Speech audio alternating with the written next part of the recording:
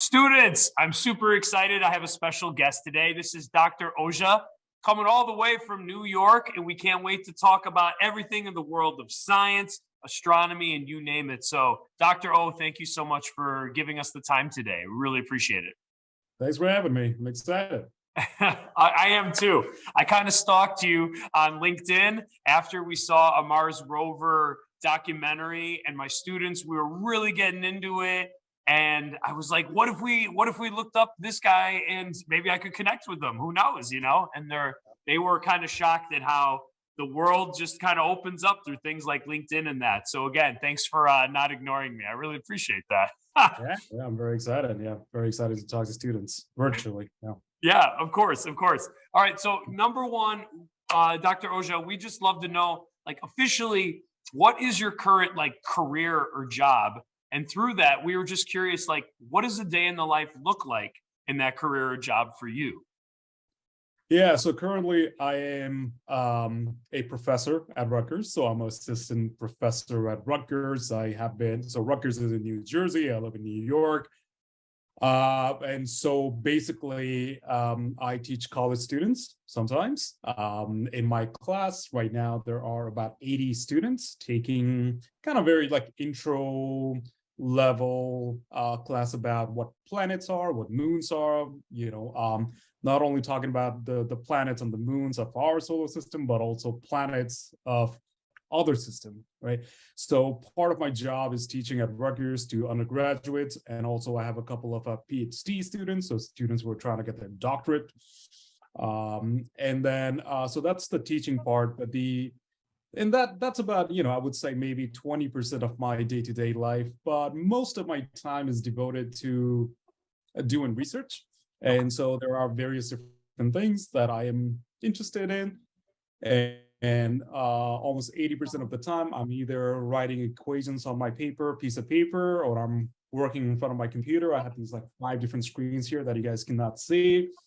Yeah, and I look at a lot of data that we have coming from different planets and just trying to make a sense of the universe. Oh, that's awesome. So, a couple questions to stem off from there.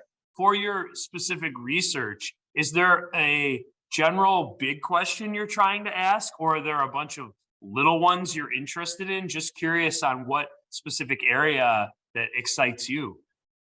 Yeah, I think the overarching kind of like the big picture, right? I mean, if you have a very big umbrella, and inside that big umbrella, if you have smaller umbrellas, right? So the big umbrella is like, why are planets the way they are? And so if you look at Mars versus Earth versus Venus versus some of the gas giants like Jupiter or Saturn, they are radically different from each other.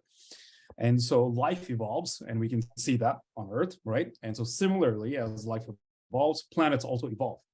And so what and how do those planets evolve, and what can they tell us about our own future is kind of like the big umbrella, right?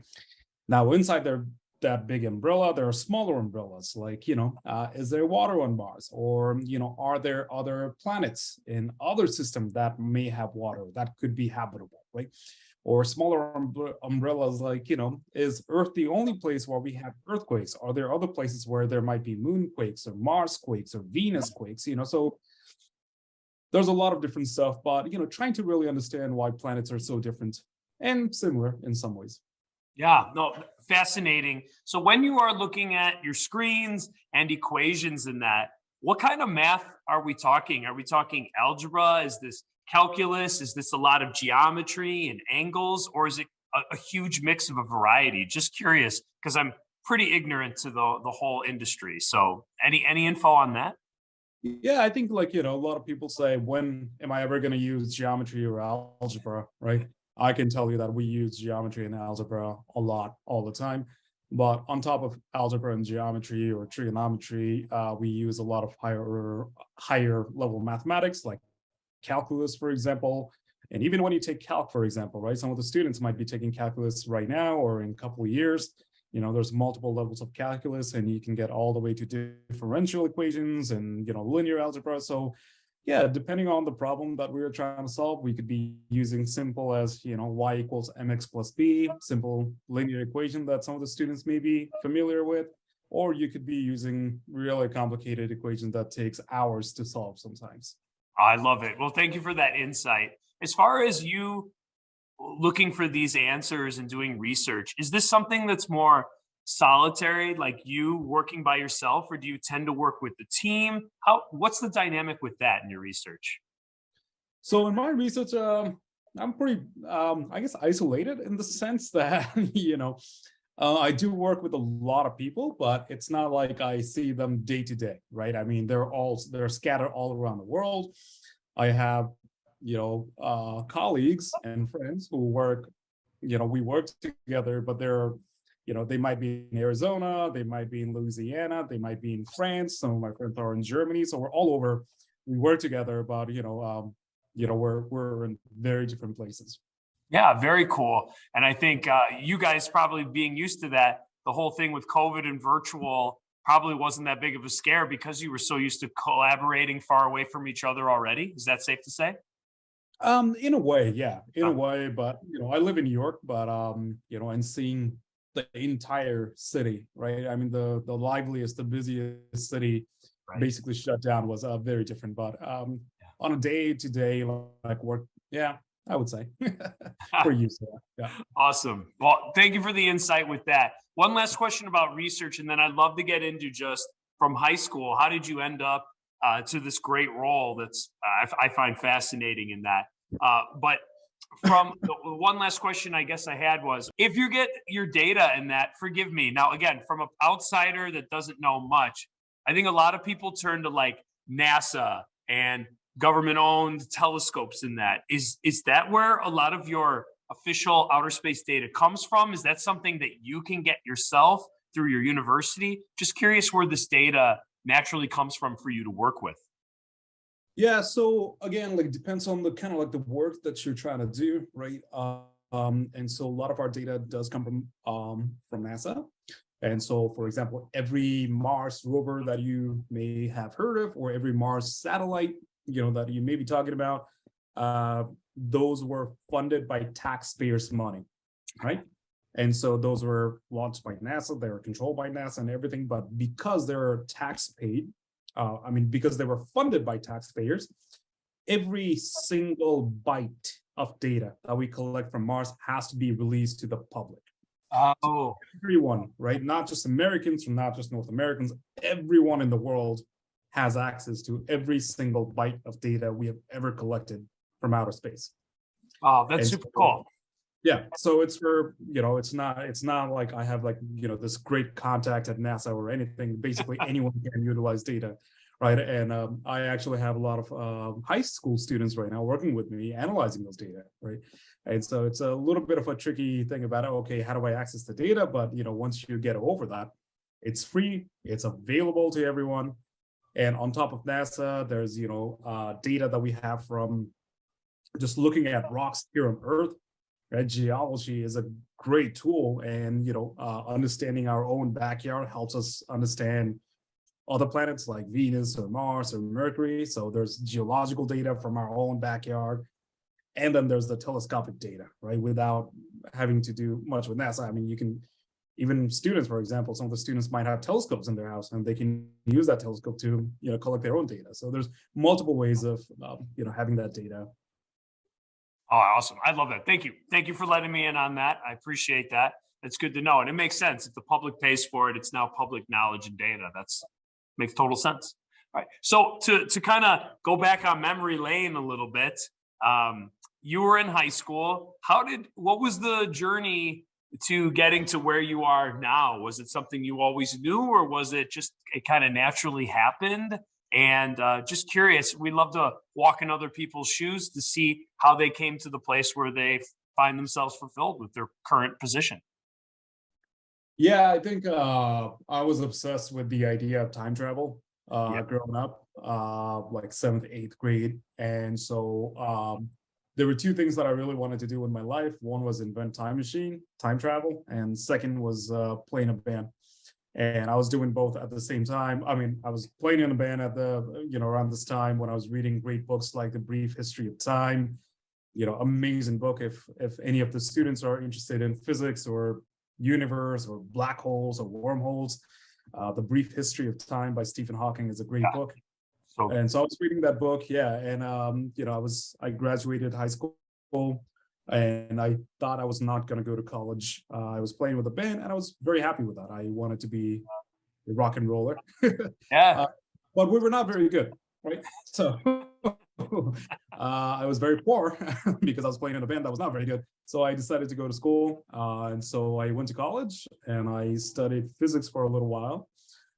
Because I wanted to really think about this idea of time travel. And then I think within a semester of being in physics, or maybe a year, I kind of realized that, time travel is really not going to be something that I will do in my lifetime. So what is the next best thing that I can do with my life? And so if it's not time travel, I'm going to look for aliens, right? And so I was like, all right, I'm going to look for aliens. Well, how do I do that? Well, you got to study astronomy. You got to study planets. You got to know geology of the Earth, right? So all this kind of stuff. And so that led me into a path of studying planets. And that field of studying planets and stars, it's called planetary science.